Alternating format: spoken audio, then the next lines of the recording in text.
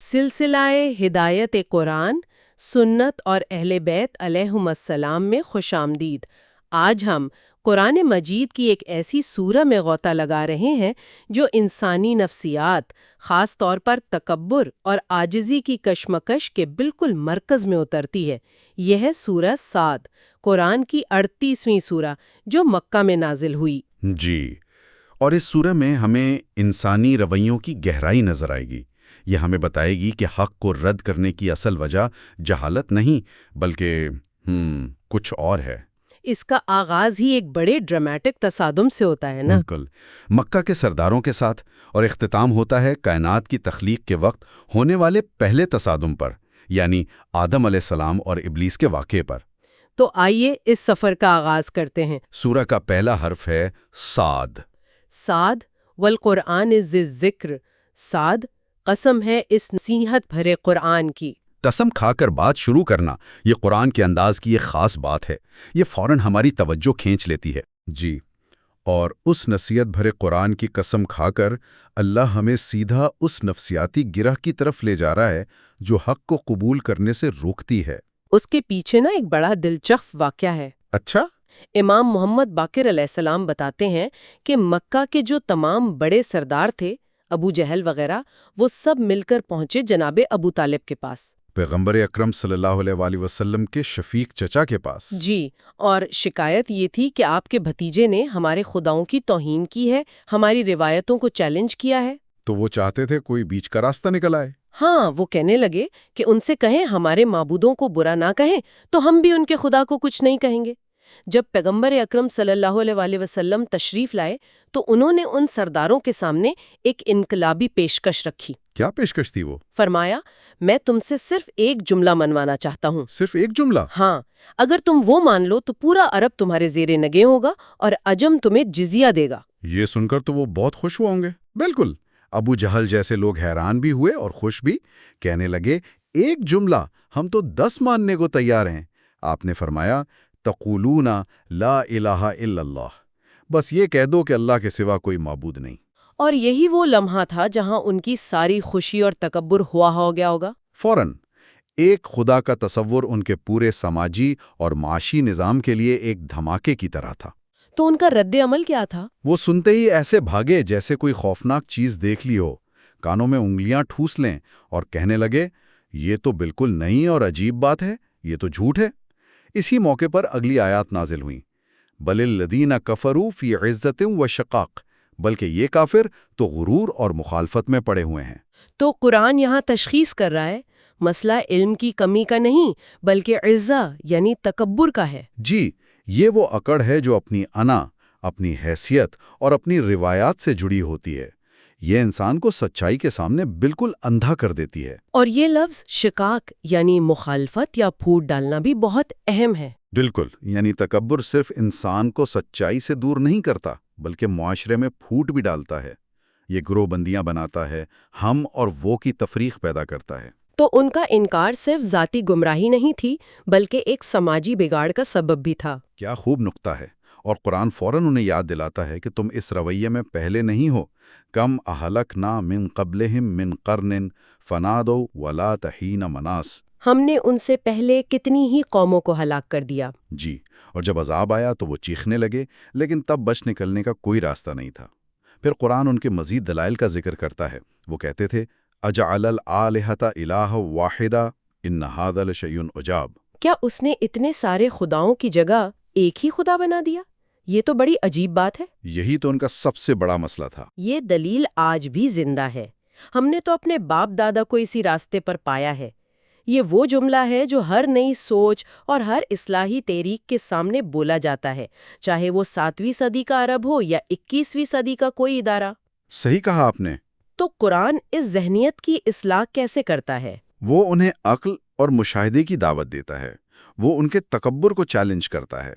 اگلی آیات میں اللہ تعالیٰ ان سے پوچھتا ہے ام عندہم خزائن الرحمت ربک العزیز الوہاب، کیا تمہارے پروردگار جو زبردست اور بہت عطا کرنے والا ہے، اس کی رحمت کے خزانے ان کے پاس ہیں؟ یعنی کہ یہ جسے چاہے نبوت دیں، اور پھر ایک پیشن گوئی کی جاتی ہے ایک ایسے وقت میں جب مسلمان مکہ میں انتہائی کمزور تھے۔ اچھا، جندن ما ہنالک محزوم من الاحزاب، یہ تو بس ایک چھوٹا سا لشکر ہے جو یہیں شکست کھا جائے گا۔ یہ پیشن گوئی اس وقت کے مسلمانوں کے لیے امید کی ایک بہت بڑی کرن ہوگی۔ اس میں آج کے دور کے لیے بھی ایک پیغام ہے کہ حق کی فتح کا انحصار ظاہری طاقت اور تعداد پر نہیں ہوتا، بالکل، بلکہ اللہ کی نصرت پر ہوتا ہے۔ تو ان کھوکھلے تکبر والوں کو چیلنج کرنے کے بعد قرآن پیغمبر اکرم صلی اللہ علیہ وآلہ وسلم کو تسلی اور ایک عملی نمونہ پیش کرتا ہے، صبر کا کہہ کر۔ جی، اللہ فرماتا ہے وَاصْبِرْ عَلَىٰ مَا يَقُولُونَ وَاذْكُرْ عَبْدَنَا دَاوُودَ ذَا الْأَيْدِ إِنَّهُ أَوَّابٌ۔ اے رسول، یہ جو کچھ کہتے ہیں اس پر صبر کرو اور ہمارے بندے داؤد کو یاد کرو، جو بڑی قوت والے اور ہماری طرف بہت رجوع کرنے والے تھے۔ جی۔ دیکھیے، یہ محض قصہ گوئی نہیں ہے، بلکہ تکبر کا علاج بتایا جا رہا ہے، جھوٹے غرور کے مقابلے میں حقیقی طاقت کا نمونہ۔ اور وہ طاقت اللہ کے سامنے جھکنے سے حاصل ہوتی ہے۔ بالکل۔ یہاں حضرت داؤد علیہ السلام کی دو صفات ایک ساتھ بیان کی گئی ہیں، ذل عید یعنی صاحب اقتدار، اور اواب یعنی بہت زیادہ رجوع کرنے والا۔ آج کی دنیا میں تو طاقت انسان کو خدا سے دور کر دیتی ہے، صحیح۔ لیکن یہاں طاقت اور خدا کی طرف رجوع کو لازم و ملزوم قرار دیا جا رہا ہے۔ یہ رجوع کرنا ایک طاقتور حکمران کے لیے اتنا اہم کیوں ہے؟ کیونکہ یہی چیز اسے تاناشاں بننے سے بچاتی ہے۔ اواب وہ ہے جو ہر فیصلے، ہر کامیابی اور ہر غلطی کے بعد فوراً اللہ کی طرف پلٹتا ہے۔ مطلب وہ اپنی طاقت کو اپنی ذاتی ملکیت نہیں سمجھتا۔ جی ہاں، اور اللہ نے حضرت داؤد علیہ السلام کو صرف حکومت ہی نہیں دی تھی، بلکہ فصل الخطاب بھی عطا کیا تھا۔ فصل الخطاب کا ترجمہ تو صحیح فیصلہ کرنے کی صلاحیت کیا جاتا ہے، جو تھوڑا خشک لگتا ہے۔ اس کا اصل مطلب کیا ہے؟ یہ صرف اچھا فیصلہ کرنا نہیں ہے، یہ کسی بھی پیچیدہ مسئلے کی تہہ تک پہنچ کر اس کی الجھن کو ایک ایسے واضح اور ٹوٹک جملے میں بیان کر دینے کی صلاحیت ہے کہ حق اور باطل بالکل الگ ہو جائیں۔ واہ، یعنی ایک لیڈر جو گرما گرم بحث کو ایک فیصلہ کن جملے سے ختم کر دے۔ وہی ہے فصل الخطاب۔ لیکن اتنی صلاحیتوں کے باوجود ان سے بھی ایک لغزش ہوئی۔ اچھا۔ قرآن ایک واقعہ بیان کرتا ہے جہاں دو لوگ دیوار پھاند کر ان کی عبادت گاہ میں آ گئے اور ایک مقدمہ پیش کیا۔ ایک نے کہا، اس کے پاس 99 دمبیاں ہیں اور میرے پاس صرف ایک، اور یہ کہتا ہے کہ وہ ایک بھی مجھے دے دے۔ یہ تو زیادتی ہے۔ حضرت داؤد علیہ السلام نے بھی یہی سمجھا اور فوراً فیصلہ سنا دیا، لَقَدْ ظَلَمَكَ بِسُؤَالِ نَاجَتِكَ إِلَىٰ نِيَاجِهِ، اس نے تیری ایک دمبی مانگ کر تجھ پر ظلم کیا ہے۔ لیکن فیصلہ سناتے ہی انہیں احساس ہوا کہ انہوں نے دوسرے فریق کی بات سنے بغیر جلد بازی کی ہے، اور یہ ایک نبی کی شان کے لائق نہ تھا، جسے ترک اولیاء کہتے ہیں۔ اسی پر انہوں نے فوراً استغفار کیا اور سجدے میں گر گئے۔ تو قرآن تو اس واقعے کو انسانی کمزوری کے ایک لمحے اور فوری توبہ کے ایک عظیم مثال کے طور پر پیش کرتا ہے۔ جی، لیکن کچھ دوسری روایات میں اس واقعے کو بہت مختلف اور منفی رنگ دیا گیا ہے۔ آپ نے بہت اہم نقطہ اٹھایا۔ موجودہ تورات میں ایک ایسی داستان ہے جو قرآن کے بیان کردہ نبی کے مقام کے بالکل خلاف ہے۔ اس میں حضرت داؤد علیہ السلام پر ایک فوجی افسر اوریا کی بیوی کے بارے میں نازیبہ الزامات لگائے گئے ہیں۔ یہ بات قرآن کی تعلیمات اور انبیاء کی عصمت کے عقیدے سے مکمل طور پر متضاد ہے۔ اور اہل بیت علیہ السلام نے اس کی سختی سے تردید کی ہے۔ بالکل۔ امام علی رضا علیہ السلام نے وضاحت فرمائی کہ حضرت داؤد علیہ السلام کی لغزش صرف فیصلے میں جلد بازی تھی، اور جہاں تک اوریا کی بیوہ سے شادی کا تعلق ہے، وہ اس کی شہادت کے بعد ایک سماجی روایت کو توڑنے کے لیے تھی جس پر لوگ باتیں بنا رہے تھے۔ یہ تضاد ہمیں سکھاتا ہے کہ ذرائع کی تحقیق کتنی ضروری ہے، اور یہ کہ قرآن انبیاء کو انسانیت کے لیے بہترین نمونے کے طور پر پیش کرتا ہے، نہ کہ اسکینڈلز کے کرداروں کے طور پر۔ اور ان کی لغزش بھی ہمارے لیے ایک سبق ہوتی ہے۔ بالکل۔ اور یہی اواب یعنی رجوع کرنے کی صفت ہمیں ان کے بیٹے حضرت سلیمان علیہ السلام میں بھی نظر آتی ہے۔ نعم العبد انہ اواب۔ جی۔ وَوَهَبْنَا لِدَاوُودَ سُلَيْمَانَ نعم العبد انہ اواب، اور ہم نے داؤد کو سلیمان عطا کیا، کیا ہی اچھا بندہ تھا، بے شک وہ بہت رجوع کرنے والا تھا۔ ان کی بھی آزمائش ہوئی۔ قرآن کہتا ہے وَأَلْقَيْنَا عَلَى كُرْسِيِّهِ جَسَدًا ثُمَّ أَنَابَ، اور ہم نے اس کی کرسی پر ایک بے جان جسم ڈال دیا۔ اس کا کیا مطلب ہے؟ اصل میں اس کا صحیح مفہوم شدید بیماری ہے، نہ کہ وہ انگوٹھی گم ہونے جیسی غیر مستند کہانیاں۔ اس آزمائش کے بعد انہوں نے اللہ سے ایک خاص دعا کی۔ کون سی دعا؟ انہوں نے دعا کی، رب ہب لی ملکن لا ینبغی لأحد من بعدی، اے میرے رب مجھے ایسی بادشاہت عطا فرما جو میرے بعد کسی اور کے لیے سزاوار نہ ہو۔ یہ دعا بظاہر خود غرضی پر مبنی لگتی ہے۔ ایک نبی ایسی دعا کیوں کرے گا کہ جو مجھے ملے وہ کسی اور کو نہ ملے؟ جی، یہ ایک بہت گہرا سوال ہے۔ امام موسیٰ کاظم علیہ السلام نے اس کی حکمت بیان فرمائی ہے۔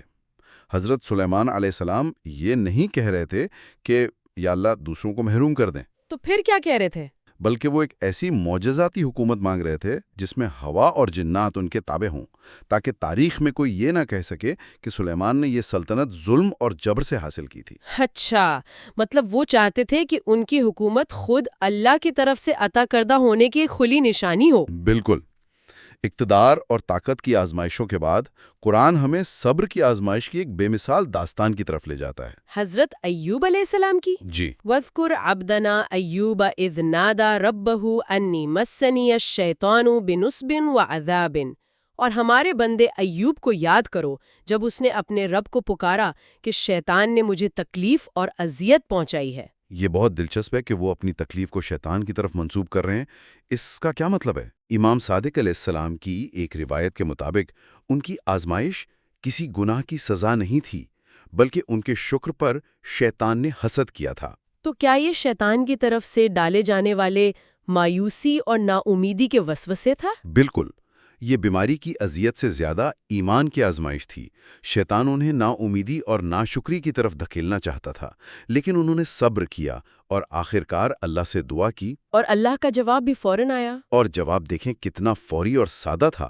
اور کس برجلی کا ہاذا مختصل بارد و شراب، اپنا پاؤں زمین پر مارو، یہ ہے ٹھنڈا چشمہ نہانے اور پینے کے لیے۔ اللہ نے نہ صرف ان کی صحت لوٹائی بلکہ ان کا خاندان اور مال و دولت پہلے سے بڑھ کر عطا کیا۔ اور پھر ان کی تعریف میں کہا، انا وجدناہ صابرا نعم العبد انہ اواب، بے شک ہم نے اسے صابر پایا، کیا ہی اچھا بندہ تھا، وہ بہت رجوع کرنے والا تھا۔ حضرت ایوب علیہ السلام کی کہانی میں امید کی ایک زبردست کرن ہے۔ ان کی شفایابی کا آغاز ایک چھوٹے سے عمل سے ہوا، زمین پر پاؤں مارو۔ جی، یہ اس بات کی علامت ہے کہ بعض اوقات بدترین حالات سے نکلنے کے لیے انسان کو صرف اللہ پر بھروسہ کر کے پہلا قدم اٹھانے کی ضرورت ہوتی ہے۔ بالکل۔ اور ان تمام انبیاء کے قصوں کے بعد، جن میں حضرت ابراہیم، اسحاق، یعقوب علیہ السلام کا بھی ذکر ہے، قرآن اب ہمیں انجام کی طرف لاتا ہے۔ وہ متقی اور سرکش لوگوں کے انجام کا ایک واضح نقشہ کھینچتا ہے۔ متقین کے لیے ہمیشہ رہنے والے باغات ہیں، اور سرکش یعنی طاغین کے لیے جہنم کا بدترین ٹھکانہ۔ اور وہاں جہنم میں ان گمراہ لیڈروں اور ان کے پیروکاروں کے درمیان ایک مکالمہ ہوگا جو بہت عبرتناک ہوگا۔ جی، پیروکار اپنے لیڈروں سے کہیں گے کہ تم ہی ہمیں یہاں لائے ہو، اور لیڈر کہیں گے کہ تم خود اندھے تھے۔ وہ ایک دوسرے پہ لعنت بھیجیں گے اور ایک دوسرے کے لیے دگنے عذاب کی دعا کریں گے۔ دنیا میں جو لوگ ایک دوسرے کے بہترین دوست اور رہنما تھے، آخرت میں بدترین دشمن بن جائیں گے۔ صحیح۔ یہ انسانی تعلقات اور قیادت کے انتخاب کے بارے میں ایک بہت بڑا اصول سکھاتا ہے کہ دوستی اور رہنمائی کی بنیاد اگر حق اور سچائی پر نہیں تو اس کا انجام حسرت اور دشمنی ہے۔ بالکل۔ اور اب سورہ اپنے اختتام کی طرف بڑھتی ہے اور ہمیں کائنات کے آغاز میں ہونے والے سب سے بڑے ڈرامے کی طرف لے جاتی ہے، جو اس سورہ کے مرکزی خیال یعنی تکبر کو اپنے عروج پر دکھاتا ہے۔ آدم علیہ السلام اور ابلیس کا واقعہ۔ جی، اللہ فرشتوں سے فرماتا ہے کہ میں مٹی سے ایک بشر بنانے والا ہوں، جب میں اسے مکمل کر لوں اور اس میں اپنی روح پھونک دوں تو تم سب اس کے سامنے سجدہ کرنا۔ فسجد الملائکۃ کلھم اجمعون الا ابلیس استکبر وکان من الکافرین۔ پس تمام فرشتوں نے سجدہ کیا سوائے ابلیس کے، اس نے تکبر کیا اور کافروں میں سے ہو گیا۔ اللہ نے اس سے پوچھا، تجھے کس چیز نے روکا؟ اور اس کا جواب، تکبر کی نفسیات کا شاہکار ہے۔ انا خیر منہ خلقتنی من نار وخلقتہ من طین، میں اس سے بہتر ہوں، تو نے مجھے آگ سے بنایا اور اسے مٹی سے۔ ایک لمحے کے لیے اس پر غور کریں۔ کائنات میں نسل پرستی یا طبقاتی برتری کی سب سے پہلی دلیل ابلیس نے دی۔ جی، اس نے اپنی برتری کی بنیاد اپنی اصل پر رکھی، آگ بمقابلہ مٹی۔ یہ کتنی خوفناک حد تک جانی پہچانی منطق ہے۔ اور اسی تکبر کی وجہ سے وہ ہمیشہ کے لیے راندہ درگاہ ہو گیا۔ لیکن اس نے قیامت تک کی مہلت مانگی اور قسم کھا کر کہا فَبِعِزَّتِكَ لَأُغْوِيَنَّهُمْ أَجْمَعِينَ، تیری عزت کی قسم، میں ان سب کو گمراہ کروں گا۔ إِلَّا عِبَادَكَ مِنْهُمُ الْمُخْلَصِينَ، سوائے تیرے ان بندوں کے جو مخلص ہیں۔ یہ حیرت انگیز ہے کہ ابلیس نے خود اپنی ایک حد کا اعتراف کر لیا۔ وہ جانتا ہے کہ اس کا داؤ مخلص بندوں پر نہیں چل سکتا۔ صحیح۔ یہ اخلاص آخر ہے کیا چیز، اور اسے کیسے حاصل کیا جا سکتا ہے تاکہ انسان شیطان کے حملوں سے محفوظ رہ سکے؟ اخلاص نیت کی وہ پاکیزگی ہے جہاں انسان کا ہر عمل، ہر سوچ صرف اور صرف اللہ کی رضا کے لیے ہو۔ جی، جس میں شہرت، دکھاوے یا کسی دنیاوی فائدے کی ذرہ برابر بھی ملاوٹ نہ ہو۔ جی، یہ ایک مسلسل جد و جہد ہے، اپنے اندرون کو بار بار ٹٹولنے کا عمل ہے۔ یہ وہ مقام ہے جہاں انسان اپنی عبادت یا علم پر غرور نہیں کرتا، بلکہ اسے اللہ کا کرم سمجھتا ہے۔ آج کی ہماری گفتگو حضرت آدم علیہ السلام کی تخلیق اور ابلیس کے تکبر پر ختم ہوئی۔ ابلیس نے اپنی عبادت اور اپنی علمی برتری کو اپنی فضیلت کی دلیل سمجھا، جبکہ آدم علیہ السلام کی عظمت کا راز اللہ کے حکم کے سامنے سر تسلیم خم کرنے میں تھا۔ یہ واقعہ ایک بنیادی سوال اٹھاتا ہے، علم، عبادت یا نسل پر مبنی غرور انسان کو حق سے کتنا دور کر سکتا ہے؟ اور وہ کون سا لمحہ ہوتا ہے جب انسان اپنی قابلیت کو اپنی ملکیت سمجھ کر ابلیس کی راہ پر چل پڑتا ہے؟ اسی غور و فکر کی دعوت کے ساتھ اجازت چاہتے ہیں۔